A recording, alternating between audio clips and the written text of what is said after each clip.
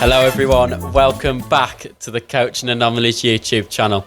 What a fantastic episode we've got lined up this week, eh? Yes, perfect. We're going to talk about the Champions League final and everything, but just before we get into that one, mate, I'm going to have to do something real quick. Wait, well, I don't know what Bear you're with about. me. Bear with me. Oh, no. This has got to happen. Oh, no. This has to happen right here. Yeah, Oh, no. that's right. We're doing that. We're doing that because you know what? Oh, in front of the Chelsea shirts. Yeah, Oh, the beautiful. Chelsea shirts are being covered because the thing is, Manchester United have just bet Manchester City in the FA Cup final, and we've now got Europa League and you're down in Conference League. So, you know what, we'll have you piped down, and all my Man United fans out there, what a game that was. Get in your comments. Well, at least we're going to win. What a fantastic game. We're going to win the conference, so let's forget about that. I mean, you're let's not even not, going to win the Europa League, so Let's have none of that. But the main thing is, we've won a trophy this season, and oh no, you're down back in the dumps in the Conference League. So, you know, who's just won the Conference League?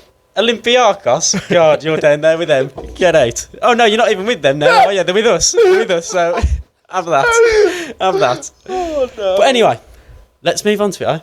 Let's get straight into it. Yeah, we've got a fantastic video lined up for today. Champions League final. This Saturday would have been last Saturday for you guys. What we saying? Yeah, I'm going to go with Madrid. Oh, is it? Straight away, straight away. Yeah, but you know what? You did this with City. Yeah, I You did this with City. I saw Joe Cole said Dortmund are going to win. I know he don't believe himself. I love Joe Cole, one of my favourites, but he don't believe himself. Yeah, so I'm going with Real Madrid, 100%. Yeah. There's is it even in question? Oh, is he gonna do what he did last time, where he? Is it even in question? 4-0, Real Madrid, easy. Yeah, he It's said over. the exact thing It's last over. time. Actually, if you want to see the episode where I'd made himself look like a right idiot, please check our other videos on our YouTube, because that was a fantastic one. But yeah, so I just think Real Madrid are full of firepower, aren't they? Yeah, they are. Like, Yeah. Bellingham, you got Vinny, Rodrigo, Valverde, Cruz, Modric, Valverde, Rudiger. Carvajal. It's fantastic. It really is. Courtois back now. Oh, it's brilliant. It really is. I do And- actually want to talk to you about that, though. As we've seen, Real Madrid's had a fantastic run in this Champions League campaign, and Lunin, the third-choice goalkeeper, took over for a bit because Courtois done his ACL or whatever. I think he's been fantastic. I thought he's been fantastic. Yeah, he's been but brilliant. apparently, so unfortunate. There's rumours beforehand as well that Courtois was going to start the game. I don't know if he will start or not. But then the rumours were there, and then Lunin fell ill. He's got the flu, so now he's training on his own in his back garden. Oh, So I think he's had such a fantastic run in this Champions League. definitely. Yeah, He's yeah. made so many saves crucial saves as well. I know he made 8 against Leipzig in would it have been the City round game of 16. Yeah. He made crucial penalty saves in the City game. Yeah. He also made about 10 saves that game just in open play. Then against Munich, he made some really crucial saves as well. So I think he's been one of the best players for Real Madrid this campaign. And it's unfortunate that he will miss out on this final. Yeah, definitely. I think he deserves to start. You know, for me, I don't think you can put in a goalkeeper who hasn't played too many games in a Champions League final. And especially with your third choice keeper doing as well as he has. I mean, he's kept Kepa out of the team. Yeah. And he's third choice. And Kepa's the one that got third choice. loaned in to replace Courtois. And you know what? Fair play to Lunin. He's done absolutely fantastic. And I hope he gets better and hopefully starts, but I doubt it, like you It's looking say. bleak now, isn't it, really? Yeah. Because it will be Courtois that starts. I think this would be like his first proper full game back after his ACL. And it's a Champions League It's final. a Champions League. So is that going to be... But then it's not like he's not been there before. You know, Yeah, he's done it, he did. Against Liverpool, he was the best player on the pitch, weren't he? Yeah, exactly. So I think, and this is the thing with this Real Madrid team, they've got so much experience, and I know obviously Cruz leaving at the end of the season, and they've got younger players like Bellingham, Vinicius, and Rodrigo, and younger players like that, but they've also got the experience. They've got Carvajal, Cruz, Modric. Rudiger's been in the Champions League final before. Exactly. And majority, if not probably all that team has played in a Champions League final, or at least got to the semi-final. Yeah. And that's where the experience might come against Dortmund, which I do actually want to move on to now. Dortmund have been really, really good. We'll move on to Dortmund shortly, but they've surprised me this campaign. They really have. They escaped the group of death. I mean, that's fantastic. And they finished top of it. That's the thing. Yeah. So, Edin Terzic has done an amazing job, an absolutely amazing job. I know last year they fell short of the Bundesliga. Yeah. And to be fair, they've struggled a lot this season in the league. Yeah, they have. I don't know where they finished. I know it was maybe around 6th-ish, Yeah. maybe. But in the Champions League, I mean, look at this. It's fantastic. And everyone loves an underdog story. Everybody does. And these are a massive underdog. Will it be a fairy tale ending? No, but... Well, hold on. We said that about the FA Cup final, and look what's happened up there. Maybe I'm trying to Double bluff. Yeah, maybe. But no, I think Dortmund have done absolutely fantastic. I mean, don't get me wrong, like you say, they finished top of the group death and it was brilliant, absolutely fantastic. But not only that, but they also bet Atletico in the round of 16. Yeah. And that was a fantastic comeback. What a game that was. Absolutely sensational. An amazing game of football Brilliant. in both legs as well. The one at the Metropolitano, that was different. Yeah. And then the one at the Dortmund Stadium was... Oh, it was amazing. Different class, yeah. And you know what? I think a key player for them in both them games was Marcel Sabitzer. And I know we've been talking about Man United at the start of this video. I mean, he didn't really get... I mean, he did all right for Man United, really he's a good. workhorse. He really reminds good me a at lot of United. Conor Gallagher. He's a workhorse, and he can play football and he can pass the ball quite well. It just maybe didn't work out for him at United as it has for him at Dortmund. And he's been fantastic, been a main player for them. And let's just talk about Jadon Sancho for Dortmund. And I was just going to quickly move on to it, that obviously Dortmund bet PSG in the semi-final as well to get to the final. Yeah. Brilliant game. Jadon Sancho. It's a defensive masterclass by Dortmund. Like when they win 1-0 at home, you're not really like... Oh, what was You're the not as score? convinced. Yeah. It was 1-0 over 2 legs. Was it? Yeah. Okay, so when you win at home, it's like, all right, we have to go back to their place, which going back to Paris and the Parc de France, I think it is. It's difficult. It's going to be hard. So hard. But I just want to talk about Jadon Sancho. He obviously hasn't had the career I wanted him to have at Man United, but he's gone back to Dortmund and he has been absolutely quality near the end of the season. I think that's where you have to start showing that you're still there. Yeah. At the end of the season, where big games happen at the end, you got the finals. All the finals happen at the end. Semi-final, he was absolutely brilliant. Yeah, he made like the same amount of dribbles as Neymar did back when he was in his pomp at Barca. So it shows. He's got confidence now, which means he's confidence at dribbling, taking players on. And he was giving, I think it was Nuno Mendes, or some of my Portuguese friends, Nuno Mendes. He was giving him a run for his money against PSG, and it was fantastic to watch because he looked really good. Yeah. And I was like, this is a player that if Chelsea signed him, I wouldn't look too ways about it. I'd like him to obviously come back to United and do absolutely fantastic, and I'm sure everyone else would, who's especially a Man United fan. I just don't...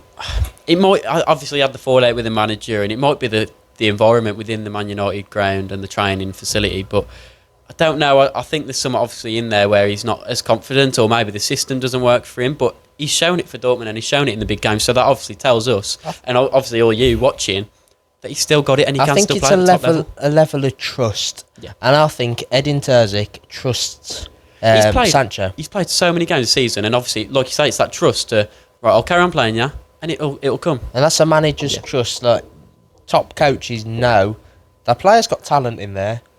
We just got to keep playing, and he'll get it, and then boom, he'll shoot. And it's happened. He's flying. He's really good. Yeah. Sancho's very good. He's always been a good player. I think it's a shame that he's missed out on the Euro squad just this close to a Champions League final as well, because if Dortmund win this and Sancho is crucial, then everybody's looking at Southgate being like, why haven't we picked it? Why didn't you not pick Sancho? Exactly, and it's a difficult situation, and I do feel bad for him, like you say, but I hope he does shine in the final, and I hope he does really well, and I hope he gets Dortmund to win it and lift the trophy. Yeah, it would be a very, very good redemption arc for Dortmund as a whole club, as they did 2013-14. They faced Munich in the final at Wembley in London, and unfortunately 90th minute loss, which is a heartbreak for Dortmund fans all across the world. But hopefully this is a redemption story for the whole club, going back to Wembley, the place where they lost. Let's go and redeem ourselves. Let's go and win it now. And this would be fantastic for these. And like you say, it might motivate him, and it might push him that extra little bit to beat Madrid. But I just want to ask, what do Dortmund need to do to beat Madrid? Because Madrid are solid defensively. We saw it against City. I mean, Madrid had barely any possession. They barely even got into the final third. I mean, it was fantastic counter-attacking play by obviously Vinicius, Bellingham and Rodrigo that got them the goals. Because we know that Madrid can defend. We know that. We saw that in the semi-final. Of course. What do Dortmund need to do? I think it's going to be a really, really tight game. And I think I could only see Dortmund winning this game if it goes to penalties. Really? I could, and that's like, it's really hard to see as well because they've got Courtois penalties. He's about 6'6". He's massive in goal as well. So and that's got the experience at penalty takers. Yeah, they did it against City. They've done it this season already. Exactly. And they're probably going to do them. Well, you'd think that they'd be able to do it again. But I think if Dortmund put on a solid defensive performance, I feel like the shining lights, Ian Maatsen, we ain't talked about him yet. He's been fantastic for Dortmund, attacking and defensively, and he's only young. That's inexperience right there. Something could happen on his side. But you think about Sancho, Adeyemi, Falkirk that's playing now, number 9, big strong number 9. I think if any of these get chance to turn and shoot, I think they should just take this chance. I don't think they should play none of this fast-paced passing stuff. I think they've just got to throw everything at it, like you say. They've just got to...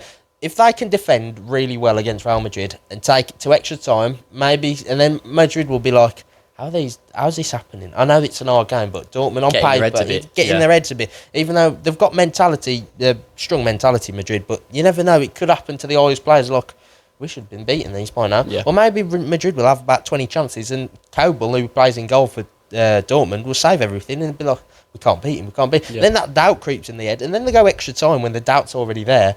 Anything could happen. Yeah. So I'm saying Dortmund, they just got to defensive, just very defensive, and try and just like maybe on the break if they're lucky. Try and break on them. Yeah, and use the pace of Sancho and obviously Adeyemi and Sancho. I think people don't rate Sancho as much. They think they don't have much pace, but Sancho's rapid. And even if he does get caught up, he stops the ball. Then stop and starting is fantastic. His acceleration. He'll stop. Then the defender will come tight. Then he'll take him on, and he'll just get past him. Yeah. And then he's out the game. Yeah. So I think counter-attacking football is what's needed for these. I think Madrid will have the ball a lot. Yeah. I think it's going to be. They'll try and pass around Dortmund, won't they? Yeah. It's going to be a few long shots. I think if they are to win in normal time, it'll be like a screamer. Yeah. Like a Rudiger screamer from about 40 yards. Because he likes stuff like that. He likes going for it, doesn't he? Yeah. But one of the final things I wanted to mention was Carlo Ancelotti. Obviously, we mentioned Edin Terzic. Carlo Ancelotti, is he one of the best managers of all time? Yeah, he's got to be. Right, he's got to be up there. He's fantastic. Well, we said in our last video, the podcast, if any of you watched that, our first podcast, Beyond the Pitch. Please tune in. Please check it out. Yeah. We said that Pep is the greatest manager of all time, or one of the greatest managers of all time. He's changed football. But this guy has done it in so many different decades. It's unbelievable. It's fantastic. He's done it with so many. He's had great teams along the way as well. But then he's gone to Everton. He went to Everton and he did really. I know he didn't win much. I don't think he won anything there at Everton, but he played some good stuff. Yeah. And Everton looked like a really progressing team. And they were going up and going up. That if he stayed there for a couple more years, he would have been playing. There could have been. There could have been where West Ham are now. Yeah, Europa League, Conference League, stuff like that, and they would have been winning stuff like that. And then the Everton fans, they would be loving it. Yeah, absolutely. Yeah, definitely. But he's fantastic. I just wanted to ask you that. He's amazing. I don't think he gets much praise, but I really, really like him as a manager. He's so cool and calm. Honestly. Like when they're losing, he always, like, you look at Ancelotti on the sideline, the camera always pans to him when they're losing. Yeah. And he's just there. And with his chewing gum. He's chewing his gum and he's just watching the game. He's not shouting, he's not screaming at anybody. You see, like, Arteta's jumping around like a chimpanzee all across the line, like, doing all of this stuff. And then you got Pep that's there, like, he'll turn around, throw his water bottle, Mourinho or does the he'll same. drop to his knees. Yeah, to his knees,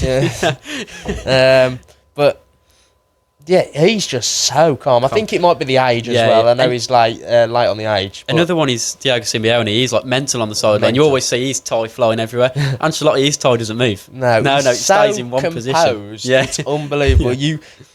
It almost gives like the Real Madrid players, it must give them a sense of like composure. And calmness. Because I doubt he'll let them get away with like mistakes or anything on the half-time dressing room. But when you're on the pitch, you don't want to be screamed at or you don't want to be shouted at for a mistake. You just need to rethink and refix yourself and regain your composure. And I think him being calm on the pitch allows him to do that. And, at half-time, that's when you can have a go at him. Yep. Because it's not on the screens and it doesn't get brought up as much. Yeah, and then you don't get asked about it in press conferences and I think the rest of it. and it's all in his mind. It's all tactically, and that's why he's so great, and he's such a fantastic manager. Yeah, really he is. He's one of the greatest of all time. He's in that category with Pep, with Sir Alex, with the rest of with Mourinho. He's literally he's in that 100%. Definitely. Yeah, he's in that realm with all the top managers, and the longevity. That's what makes it fantastic for me. Look, he's so consistent with it, and it's like amazing. He's had some of the great AC Milan back in the day, Kaká. He's had some of the greatest players, and he's been able to win stuff. He's managed everybody. Like if you see him, you're like every player should know who Carlo Ancelotti is. That's the stature of manager he is. I mean, for me, I know I always say about man management. I mean, I've probably said it countless times on these videos. You're probably sick of me hearing it, but my top 3 man management coaches for me is probably like Pep, Sir Alex, Carlo Ancelotti. I think Mourinho should be up there. Mourinho is good, but I think Carlo Ancelotti is absolutely fantastic. The story that Bellingham told after they won at the Etihad, they qualified to the semis, and he said he saw Carlo Ancelotti in the morning yawning before the game, and he was like, "Are you tired, boss?" And he said, "Yeah, kind of. You've got to go and excite me out there." And that just so composed, so calm, and that like brings the Madrid players up to say, "Right, I need to show what I can do now. I need to excite him because he's my boss, you know." Yeah, and it's fantastic, it really is. I just wanted to mention that because, again, I don't think he gets the praise he deserves, and he is one of the best managers of all time. Well, I do think he will be moving on next year. I think I think he'll have one more year at Madrid, and then it's. Well, he said he's finishing his career at Madrid, so he probably might retire. Yeah. Or what else has he got to Brazil? Maybe national. That was that was a big one. That was a rumour. I think he'll relax after. He'll have one more year, relax after that one, and then maybe go to a national Alonso team. will come in at Madrid. And he's left Alonso in a fantastic place. Oh, really? Do you know what I mean? He's walking in with the crown jewels everywhere for him. He's got everything for him. Exactly, and it's brilliant. So, final prediction, scoreline. Yeah, let's do that. I'm going to say Madrid win 2-1. 2-1. Yeah. Okay. I'm going to say Vinicius, and I'm going to go Bellingham. And I know that's boring, but he does always turn up in big games, doesn't it? Because they're your obvious ones, but I'm going to go for it. I think who you got for Dortmund then? Who's I'm going to go the 9. Fulkirk. I think he was so good against Atletico. I thought he was fantastic. Yeah. And it could just be one of them where he maybe beats. I thought he was good against PSG as well because he was nice, he's stronger, and he was good. What am I going to go for? Real Madrid are going to win. Easy. Easy. I do. I think it'll be 1-0. Tight game. Yeah, I think it's going to be a tight game. I think it's going to be 1-0, and I do think Bellingham will score. I really. And the thing is, I want Real Madrid to win because I want Bellingham to win because imagine that confidence that he's going to bring to the Euro squad. Champions League winner, probably going to win the Ballon d'Or. Yeah. All the trophies in the world. He's going to win the Champions League. He's going to want to go there. He's going to want to go to the Euros and be like, yeah. I've got this now, and I want that. I want the Euros. So if he wins the Euros and the Champions League, he will win the Ballon d'Or, and he deserves it. Yeah, he does. Because he's won La Liga's best player of the season as well. Yeah, so he's winning everything here, and that's why I hope Real Madrid win because Sancho, he's not in the squad. Ian Maatsen, not in the squad. Don't get me wrong, I'd like to see him win. I'd like to see Sancho and Ian Maatsen do it. Fantastic, but of course I'd like. Because Real Madrid already had their glory. They've had it 14 from a selfish point of view. But yeah, from a selfish point of view, I'd want Bellingham to win it for that confidence and for that morale, and he's going to bring that into the whole England squad, and that's what I want. Yeah, it's going to be perfect. Champions League final Saturday, last Saturday when you see this. Yeah, you would have seen our reactions as well. Hopefully, to whoever's won. Yeah. So we hope you enjoyed. Same time next week. Same time.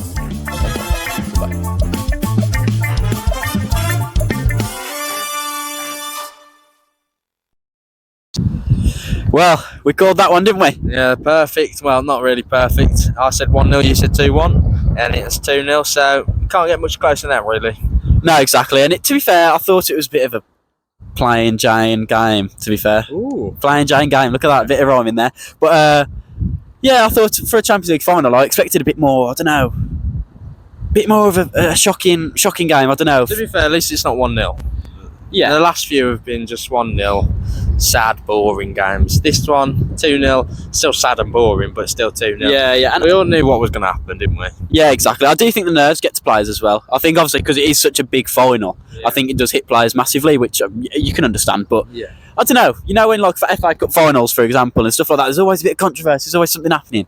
Yeah. I think the last few years of the Champions League, maybe that's what's been missing. But you know, that's what happens, I guess, in the big tournaments. But let's talk about it then. So, Dortmund, what happened? Dortmund were really, really good. They surprised me in the first half.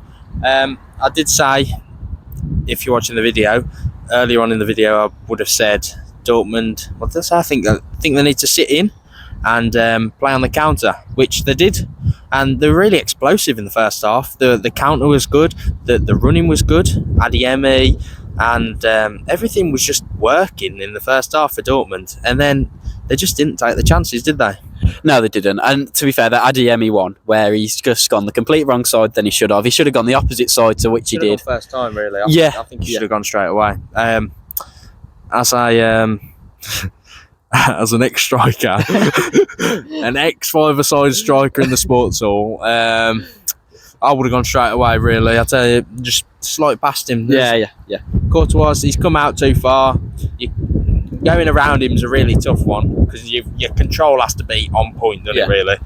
And maybe that's where his inexperience comes in, but he has got the pace to go around him, and I think that's what shocked me a bit, that he's not pulled it off. Yeah. I think, like you say, though, we should have shot first, far post. And, straight away. As soon as that ball come into him, he set himself nice. Well, he was running onto it nice, and if he's just gone, opened up the hips, boom, gone across, it's a goal. Well, I think it's a goal anyway, but... Yeah, definitely. But that's that. Madrid, obviously, Carvajal scored the first goal. Yeah, opened the game, really, didn't it? Yeah, I think once that first goal went in, I think everyone knew. Yeah, heads dropped for Dortmund. There was like, we've done so well. On as well. Yeah. So you got to feel for him. I think if it was like the first half, maybe under the pressure, Carvajal scores an header within 22 minutes, then maybe Dortmund would have looked a bit better. But I think they looked tired. They looked sluggish towards the end, Dortmund. So the better team won on the night, really. Yeah, I completely agree. I mean, to be fair, it was good headed by Carvajal, but I do think the defender should have done better because he completely lost his man, didn't he? Yeah, it's inexperience. That's all it is. That's what you can put it down to. Because then the second goal that we'll go on to now, Ian Maatsen passed the ball straight to Bellingham. Yeah. Bellingham slots in Vinny, then he scores. So it's just inexperienced, nerves, mistakes. That's what's cost Dortmund the Champions League, really. But also, there's no also. It's just inexperience because they do have a lot of experienced heads, Hummels and the rest of the fools that they've got at the back. But like, it's the key players that had the key moments in the game were inexperienced. If it falls to Sancho, maybe he goes first time. If it falls to Fulkirk, maybe he goes first time. It fell to Adeyemi, inexperienced. He doesn't go first time. Yeah. The left back Maatsen, I don't know what he saw, but I think it's just tiredness. He's playing with the mind. Carvalho's just scored. They're tired. They don't want to lose, but they know it's inevitable now. So inexperienced, and it's just sad for Dortmund because I like them to do well. They had they had a Chelsea boy in there, Maatsen. I would have loved him to do well, but it's just at the end of the day, it weren't meant to be, was it? No, it just wasn't their day, and we all love an underdog story, and I think that's why a lot of people wanted them to win, but it wasn't their day. It didn't happen, and you know, everyone says it's Madrid's tournament. And it is. It is. Windy one, ain't it? Yeah, it's definitely a windy one, so we're sorry about the background noise. But it was Madrid's day. We know they've got the experience. We know they can do it. So 15 now. 15 UCLs, which is out of this world, really. The greatest team the world's ever seen, really. I think greatest team in Europe, greatest team of all time, Real Madrid. And I'm telling you, Vinny for Ballon d'Or or Bellingham? It's got to be one of them for me. It's got to be. Has to be. If England win the Euros, it will be Bellingham. And that's only if Brazil don't win the Copa America. Yeah. If Brazil win the Copa America and England lose in the Euros, it will be Vinny. Which I think's fair. Can't argue with it. Can't argue. But that's that. That's been fantastic, right? Yeah. That's our instant. It's not really instant. It's been a few. It's been like a week. It's been like a week now since the Champions League final. So we got to reflect. We got to look back on it. Have a look what's happened. It weren't the best. No, it could have been a better game. Could have been a better game. Let us know what you thought of the game actually in the comments below. But just before we go, we've got something to say, haven't we? Platform 1. Hopefully we don't miss our train. That's where we're going. Please like and subscribe, and we'll see you next time. Same time next week. Same time. Goodbye.